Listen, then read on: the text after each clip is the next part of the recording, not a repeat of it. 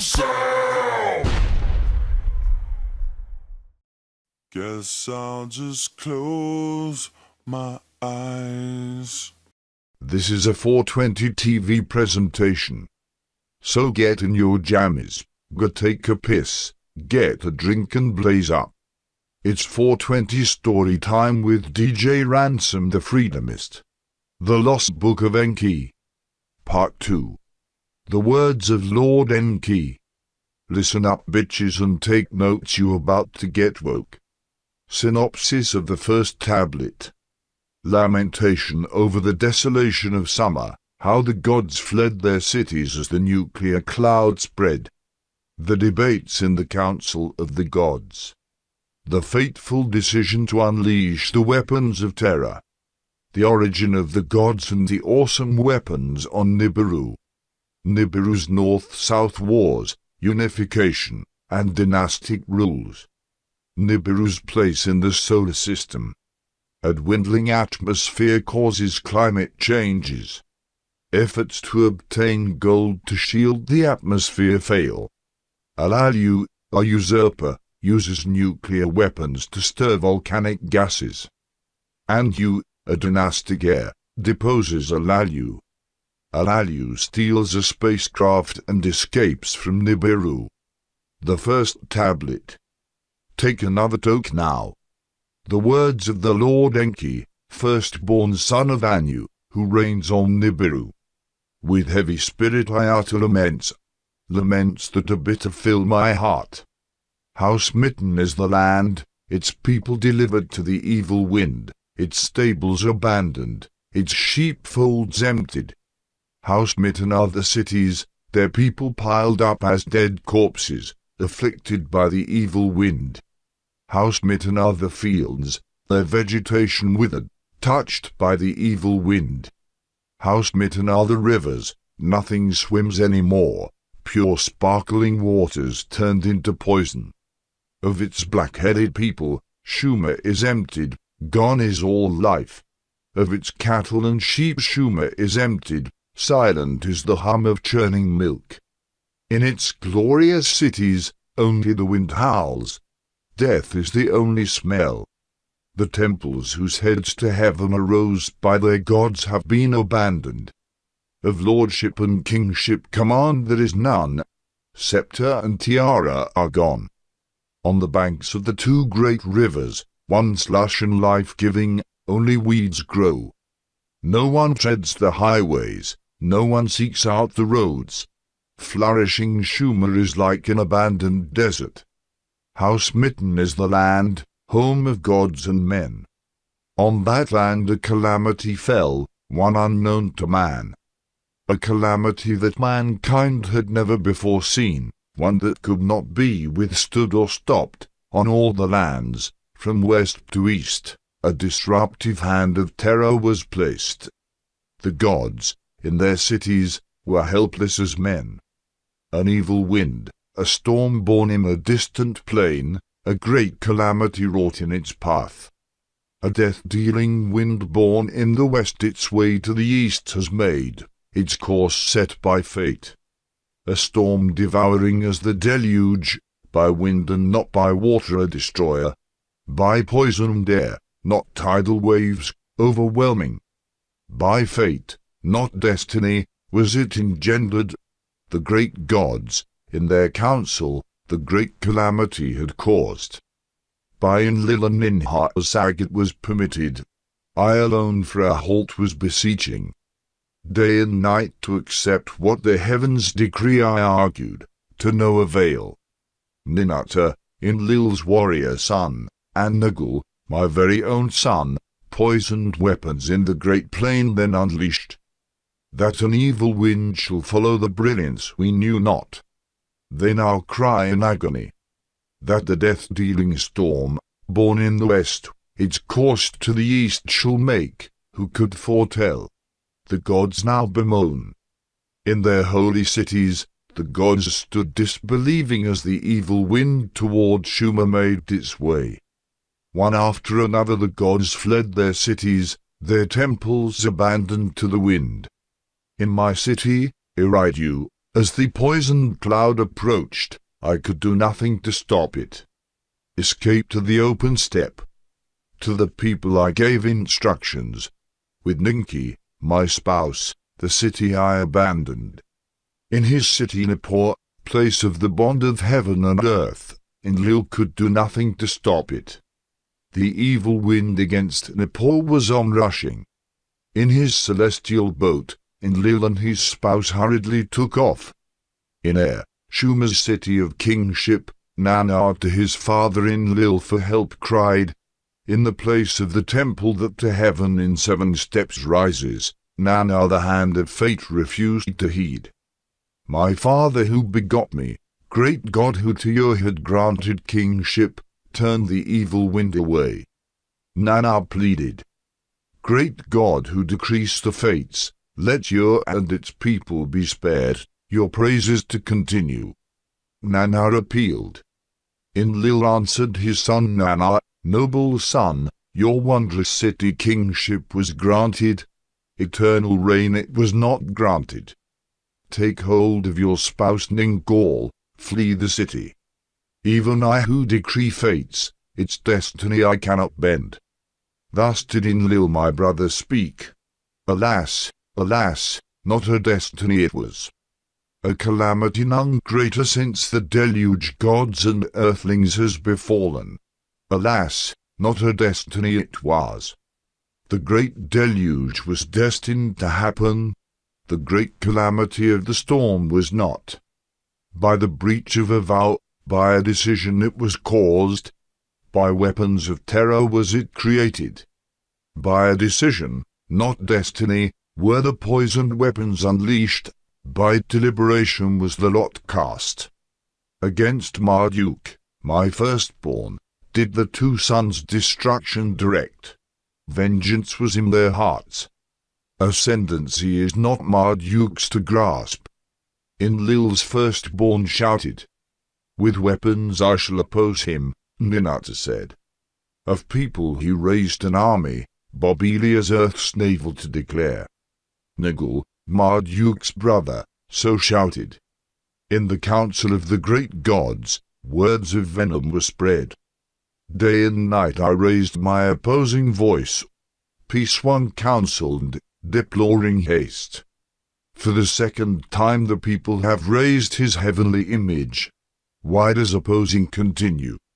I asked him pleading. Have all the instruments been checked? Did not the era of Marduk in the heavens arrive? I once more inquired. Ninjeshzada, my very son, other signs of heaven cited. His heart, I knew, Marduk's injustice to him could not forgive. Nana, to Enlil on earth born, was unrelenting too. Marduk my temple in the north city his own abode made. So he said. Ishka, Enlil's youngest, punishment demanded. In my lands to whore after him the people he made. He said. You too, son of Nana, at Marduk's son Nabu his wrath directed, the place of the celestial chariots he tried to seize. Inan, twin of you two, was furious of all. The punishment of Marduk for the killing of her beloved Damazi she still demanded. Ninthazag, mother of gods and men, her gaze diverted. Why is not Marduk here? She only said. Gabil, my own son, with gloom replied, Marduk has all entreaties put aside. By the signs of heaven his supremacy he claims. Only with weapons will Marduk be stopped. Ninata, Enlil's firstborn, shouted. You two about protecting the place of the celestial chariots was concerned. In Marduk's hands it must not fall. So he said. Nigel, lord of the lower domain, ferociously was demanding, let the olden weapons of terror for obliteration be used. At my own son I gazed in disbelief. For brother against brother the terror weapons have been forsworn. Instead of consent, there was silence. In the silence Enlil opened his mouth, punishment there must be. like birds without wings the evildoers shall be. Marduk and Nobuas of heritage are depriving. Let them of the place of the celestial chariots be deprived. Let the place be scorched to oblivion. Ninata shouted, "The one who scorches let me be." Excited, Nagul stood up and shouted, "Let the evildoers' cities also be upheavaled, the sinning cities let me obliterate, let the annihilator my name thereafter be. The earthlings, by us created, must not be harmed. The righteous with the sinners must not be perished," I forcefully said. Nindhazag, my creating helpmate, was consenting. "The matter is between the gods alone to settle, the people must not be harmed." And you, from the celestial abode, to the discussions was giving much heed. And you, who determines fates, from his celestial abode his voice made heard, "Let the weapons of terror be this once used, let the place of the rocket ships be obliterated, let the people be spared. Let Ninata the Scorcher be, let Nagul be the Annihilator." So did Enlil the decision announce. To them, a secret of the gods I shall reveal, the hiding place of the terror weapons to them I shall disclose. The two sons, one mine, one his, to his inner chamber Enlil summoned. Nagul, as he went by me, his gaze averted. Alas! I cried out without words, brother has turned against brother. Are the prior times fated to repeat? A secret from the olden times to them Enlil was revealing, the weapons of terror to their hands entrusting. Clad with terror, with a brilliance they are unleashed. All they touch to a dust heap they turn. For brother against brother on earth they were forsworn, neither region to affect. Now the oath was undone, like a broken jar in useless pieces. The two sons, full of glee, with quickened step from Enlil's chamber emerged, for the weapons departing. The other gods turned back to their cities. None of his own calamity had a foreboding. Now this is the account of the prior times, and of the weapons of terror. Before the prior times was the beginning. After the prior times were the olden times. In the olden times the gods came to earth and created the earthlings. In the prior times none of the gods was on the earth, nor were the earthlings yet fashioned. In the prior times the abode of the gods was on their own planet. Nibiru is its name. A great planet, reddish in radiance. Around the sun an elongated circuit Nibiru makes. For a time in the cold is Nibiru engulfed. For part of its circuit by the sun strongly is it heated. A thick atmosphere Nibiru envelops, by volcanic eruptions constantly fed. All manner of life this atmosphere sustains. Without it there will be only perishing. In the cold period the inner heat of Nibiru it keeps about the planet, like a warm coat that is constantly renewed. In the hot period it shields Nibiru from the sun's scorching rays. In its midst rains it holds and releases, to lakes and streams giving rise. Lush vegetation our atmosphere feeds and protects. All manner of life in the waters and on the land to sprout it caused. After eons of time our own species sprouted, by our own essence an eternal seed to procreate. As our numbers grew, too many regions of Nibiru our ancestors spread. Some tilled the land, some four-legged creatures shepherded. Some lived on the mountains, some in the valleys their home made. Rivalries occurred, encroachments happened, clashes occurred, sticks became weapons. Clans gathered into tribes, then two great nations each other faced. The nation of the north against the nation of the south took up arms. What was held by hand to thrusting missiles was turned. Weapons of thunder and brilliance increased the terror. A war, long and fierce, engulfed the planet. brother amassed against brother. There was death and destruction both north and south. For many circuits desolation reigned the land. All life was diminished. Then a truce was declared. Then peacemaking was conducted. Let the nations be united, the emissaries said to one another. Let there be one throne on Nibiru, one king to reign over all. Let a leader from north or from south by lot be chosen, one king supreme to be. If he be from north, let south choose a female to be his spouse as equal queen to reign alongside. If by lot a south male be chosen, let the north's female be his spouse. Husband and wife let them be, as one flesh to become. Let their firstborn son be the successor. Let a unified dynasty thus be formed, unity on Nibiru forever to establish. In the midst of the ruins, peace was started. North and south by marriage were united. The royal throne into one flesh combined, an unbroken line of kingship established. The first king after peace was made, a warrior of the north he was, a mighty commander. By lots, true and fair, was he chosen. His decrees in unity were accepted. For his abode he built a splendid city. Agad, unity meaning, was its name. For his reign a royal title he was granted, and it was, the Celestial One was its meaning.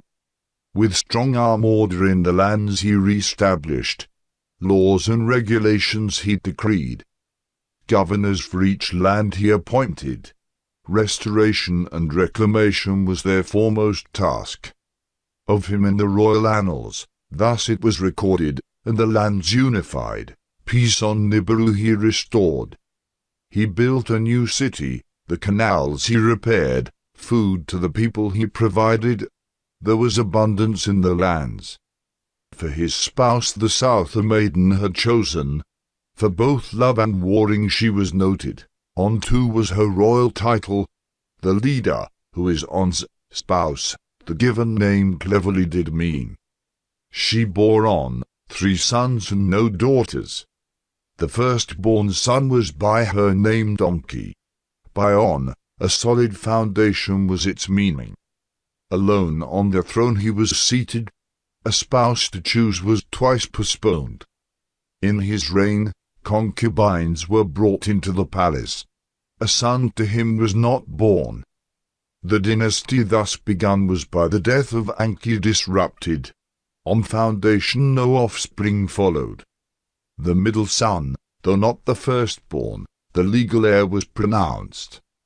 From his youth, one of 3 brothers, Ib by his mother was lovingly called. The one in the middle his name did mean. By the royal annals, on Ib, he is named, in kingship celestial. By generations, the one who is On's son the name signified. He followed his father on Nibiru's throne. By count, he was the 3rd to reign.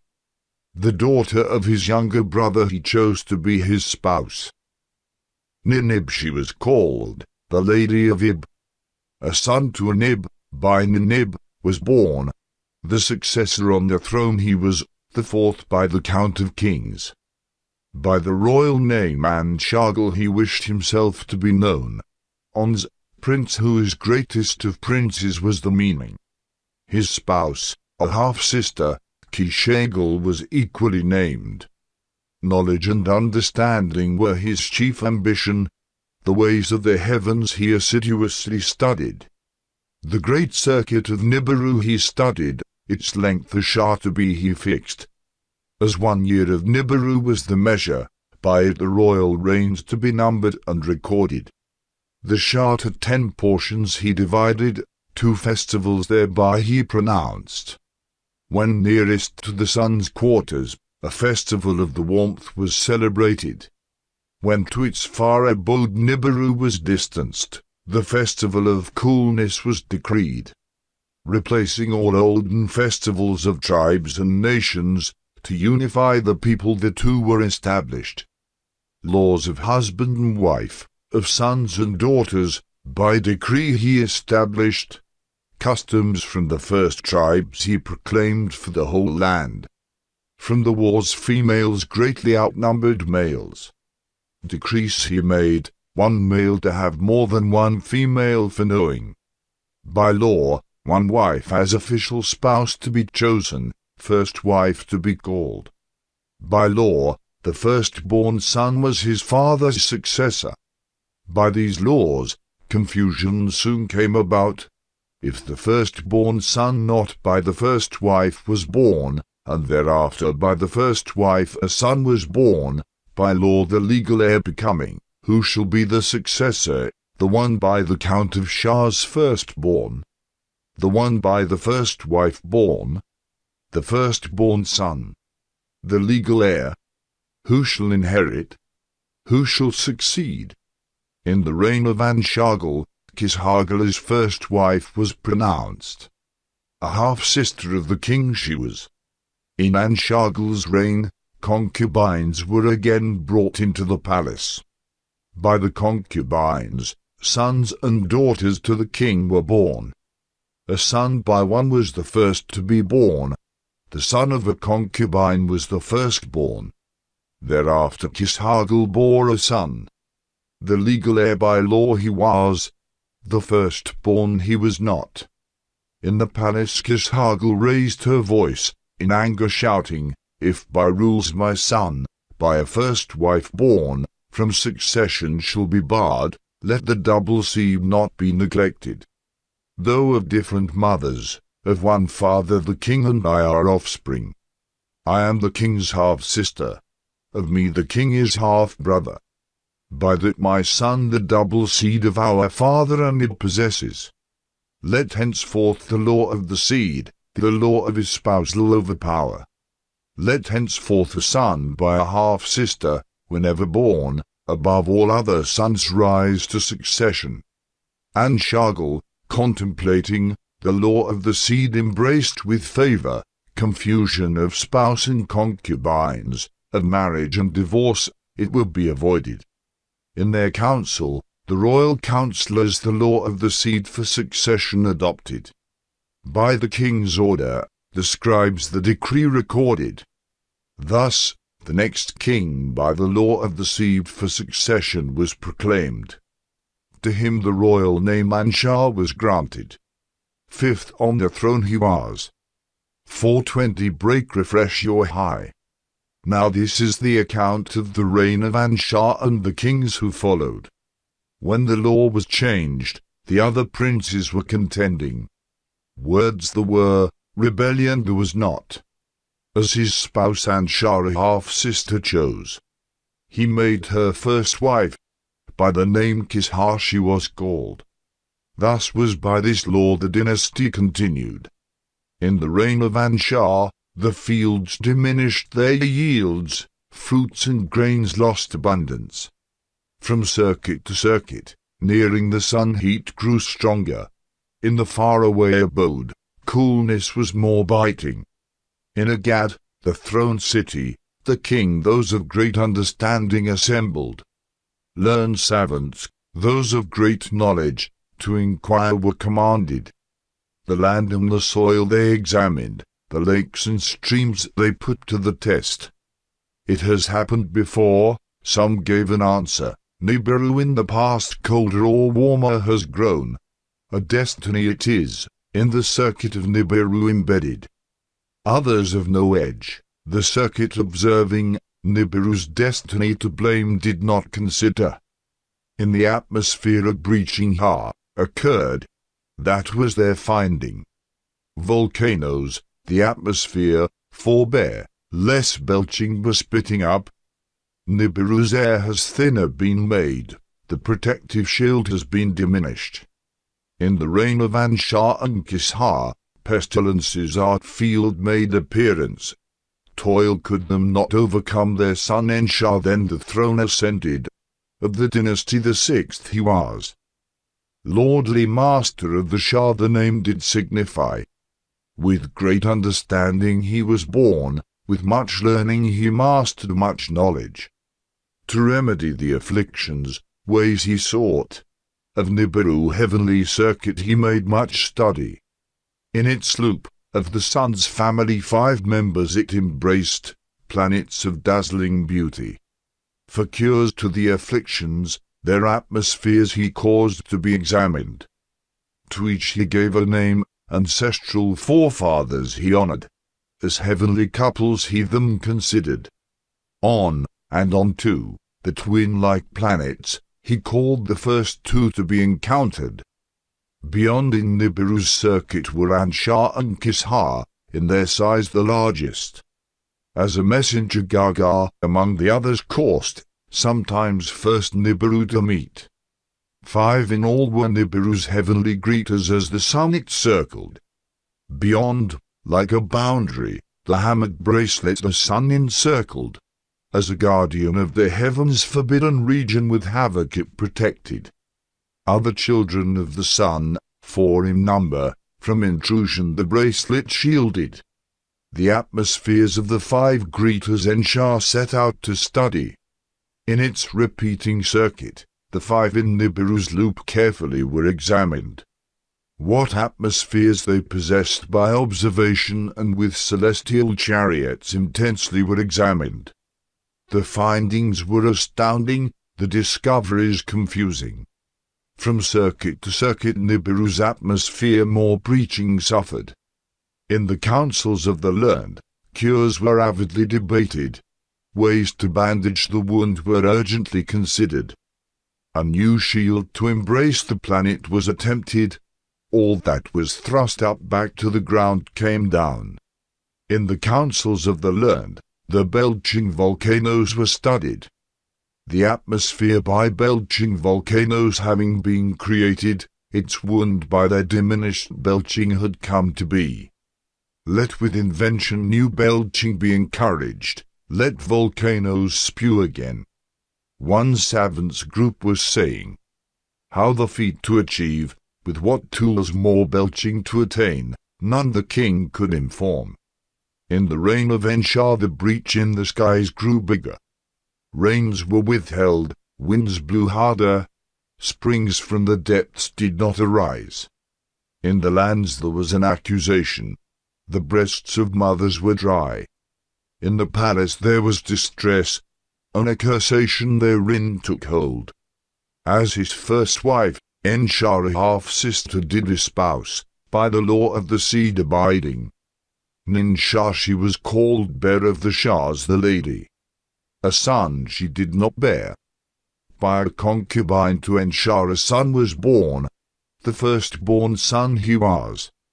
By Ninshar first wife and half-sister, a son was not brought forth. By the law of succession, the concubine's son the throne ascended, the 7th to reign he was. Duru was his royal name, in the dwelling place fashioned was its meaning. In the house of concubines, not in the palace, was he indeed conceived. As his spouse a maiden from his youth beloved Duru chose, by love, not by seed, a first wife he selected. Dauru was her royal name, she who is by my side was the meaning. In the royal court confusion was rampant. Sons were not heirs, wives were not half-sisters. In the land suffering was increasing. The fields forgot their abundance, among the people fertility was diminished. In the palace fertility was absent, neither son nor daughter was brought forth. Of On's seed 7 were the rulers, then of his seed the throne was dry.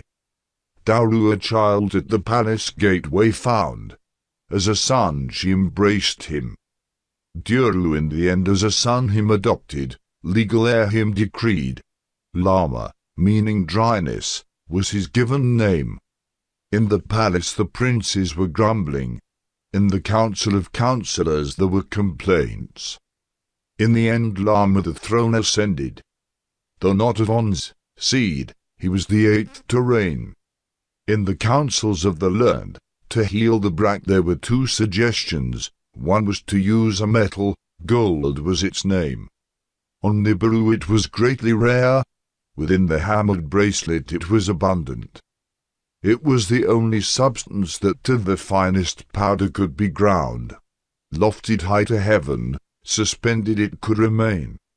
Thus, with replenishments, the breach it would heal, protection make better. Let celestial boats be built, let a celestial fleet the gold to Nibiru bring over. Let weapons of terror be created, was the other suggestion. Weapons that the ground shake loose, the mountains split asunder. With missiles the volcanoes to attack, their dormancy to bestir, their belching to increase, the atmosphere to replenish, the breach to make disappear. For a decision Lama was too feeble. What choice to make he knew. One circuit Nibiru completed, two Shahs Nibiru to count continued. In the fields, affliction was net diminished. By volcanic belching the atmosphere was not repaired. A third Shah passed, a fourth was counted. Gold was not obtained. In the land strife was abundant. Food and water were not abundant. In the land unity was gone. Accusations were abundant. In the royal court, savants were coming and going. Councillors were rushing in and rushing out. The king to their words paid no attention. Counsel from his spouse he only sought. Ladhama was her name. If destiny it be, let us beseech the great creator of all. To the king she said, beseeching, net actings, provide the only hope. In the royal court the princes were astir. At the king accusations were directed, foolishly, unreasoning. Greater calamities instead of cure he brought forth. From the olden storehouses, weapons were retrieved. Of rebellion there was much speaking. A prince in the royal palace was the first to take up arms. By words of promise, the other princes he agitated.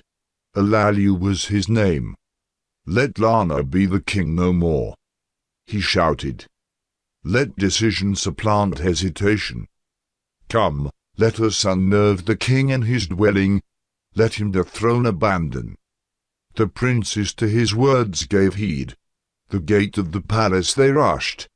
To the throne room, its entrance restricted, like onrushing waters they went.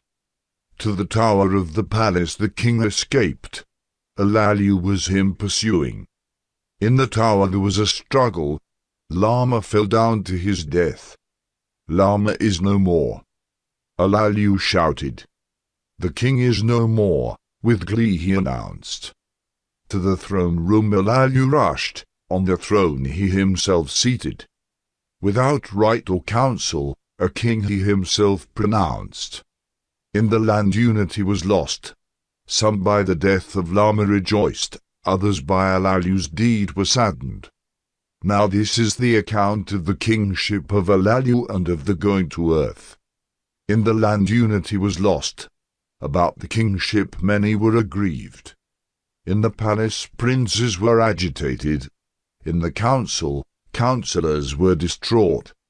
From father to son, succession from on the throne continued. Even Lama, the eighth, by adoption a son was proclaimed. Who was Alalu?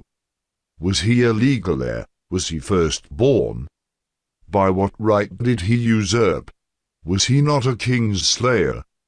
Before the seven who judge Alalu was summoned, his fate to consider. Before the seven who judge, Alalu spread his pleas, though neither legal heir nor a son firstborn, of royal seed indeed he was. Of Anshagal am I descended, before the judges he claimed. By a concubine, my ancestor was to him born. Alaim was his name. By the count of Shahs, Alaim was the firstborn. The throne to him belonged. By conniving, the queen his rights put aside. A law of the seed from naught she created, for her son the kingship obtained. A lan of kingship she deprived. To her son instead it was granted. By descent, of Alan's generations am I continued. The seed of Anshagel is within me. The 7 who judged to Alalu's words gave heed. To the council of councillors they passed the matter, truth or falsehood to ascertain. The royal annals from the house of records were brought forth. With much care they were read. On and on to the first royal couple were 3 sons and no daughters to them were born. The firstborn was Enki. He died on the throne. He had no offspring. The middle son in his stead the throne ascended. Ernib was his name. Anshagel was his firstborn. The throne he ascended. After him on the throne kingship by the firstborn did not continue. The law of succession by the law of the seed was supplanted. A concubine's son was the firstborn. By the law of the seed of kingship he was deprived. The kingship instead to Kishagel's son was granted. Her being a half-sister of the king was the reason. Of the concubine's son, the firstborn, the annals made no record. Of him I am descended. Alalu to the councillors cried out. By the law of succession, to him kingship belonged. By the law of succession, to kingship am I now entitled. With hesitation, the councillors of Alalu an oath of truth demanded. Alalu swore the oath of life or death. As king the council him considered. They summoned the elders, they summoned the princes. Before them the decision was pronounced. From among the princes a young prince stepped forward. About the kingship words he wished to say. Succession must be reconsidered. To the assembly he said. Though neither firstborn nor by the queen a son, of pure seed am I descended, the essence of On in me is preserved, by no concubine diluted. The councillors heard the words with amazement. The young prince to step closer they summoned. They asked for his name. It is On you, after my forefather On, am I named. They inquired about his generations. Of On's 3 sons he then reminded. Enki was the firstborn, without son or daughter he died. Ernib was the middle son, instead of Enki the throne he ascended. Ernib the daughter of his younger brother took to be wife. From them onward the succession is in the annals recorded. Who was that younger brother? A son of On and On too, one of purest seed. The councillors with wonderment looked at each other. Inuru was his name. Onu to them announced. He was my great ancestor. His spouse Ninuru was a half-sister. Her son was firstborn. Enamar was his name. His wife was a half-sister. By laws of seed and succession a son she bore him. Of pure descent the generations continued, by law and by seed perfect. On you, after our forefather On, did my parents name me. From the throneship we were removed. From man's pure seed we were not removed. Let On you be king. Many councillors shouted. Let Alalu be removed. Others cautioned at council, let strife be prevented, let unity prevail. They called in Alalu, the discovered findings to be told. To the prince Onu, Alalu his arm in embrace offered. To Onu he thus said, though by different offsprings, of one ancestor we are both descended, let us live in peace, together Nibiru to abundance return. Let me keep the throne, let you keep the succession. To the council words he directed, let On you crown prince be, let him be my successor. Let his son my daughter espouse, let succession be united. On you bowed before the council, to the assembly he thus declared, Ialu's cupbearer, I shall be, his successor in waiting. A son of mine, a daughter of his as bride shall choose. That was the council's decision. In the royal annals it was inscribed. In this manner Alalu, on the throne remained seated. He summoned the sages, savants and commanders he consulted. For deciding he gained much knowledge. Let celestial boats be constructed, he decided, to seek the gold in the hammered bracelet, he decided. By the hammered bracelets the boats were crushed. None of them returned. Let with weapons of terror the bowels of Nibiru be cut open, let volcanoes again erupt. He then commanded. With weapons of terror skyborne chariots were armed, with terror missiles from the skies were volcanoes struck. The mountains swayed, the valleys shuddered as great brilliancies with thunder exploded. In the land there was much rejoicing. Of abundance there were expectations. In the palace, Anu was for Alalu the cupbearer. He would bow at Alalu's feet, set a drinking cup in Alalu's hand. Alalu was the king. Anu as a servant by him was treated. In the land rejoicing receded. Rains were withheld, winds blew harder, the belching by volcanoes did not increase, the breach in the atmosphere did not heal. In the heavens Nibiru its circuits kept coursing. From circuit to circuit heat and cold grew harder to suffer. The people of Nibiru ceased to revere their king. Instead of relief, misery he caused. Alalu on the throne remained seated. The strong and wise Anu, foremost among the princes, was standing before him. He would bow to Alalu's feet, set a drinking cup in Alalu's hand. For 9 counted periods Alalu was king on Nibiru. In the 9th Shah, Anu gave battle to Alalu. To hand-to-hand combat, with bodies naked, Alalu he challenged. Let the winner be king, Anu said. They grappled with each other in the public square. Doorposts trembled and walls shook. Alalu bent his knee. To the ground he fell on his chest. Alalu in combat was defeated. By acclaim Anu was hailed as king. Anu to the palace was escorted.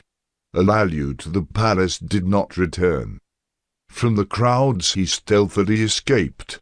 Of doing like Lama he was fearful. Unbeknownst to others, to the place of the celestial chariots he hurriedly went. Into a missile-throwing chariot Alalu climbed. Its hatch behind him he closed. The forepart chamber he entered. The commander's seat he occupied. That which shows the way he lit up, with bluish aura the chamber filling. The firestones he stirred up. Their hum like music was enthralling. The chariot's great cracker he enlivened. A reddish brilliance it was casting. Unbeknownst to others, in the celestial boat Alalu from Nibiru escaped. To snow-hued earth Alalu set his course. By a secret from the beginning he chose his destination. End of Part 2. Tablet 1, next time on 420 Story Time. Tablet 2 of the Lost Book of Enki. Synopsis of the second tablet. Alalu's flight in a nuclear-armed spacecraft. He sets his course to Ki, the 7th planet, Earth. Why he expects to find gold on Earth. The solar system's cosmogony. Tiamat's water and gold. The appearance of Nibiru from outer space. The celestial battle and Tiamat's breakup. Earth, half of Tiamat, inherits her waters and gold. King, Tiamat's main satellite, becomes the moon of Earth. Nibiru is destined to forever orbit the sun. Alalu's arrival and landing on Earth. Alalu, discovering gold, holds Nibiru's fate in his hands. This is a 420 TV presentation.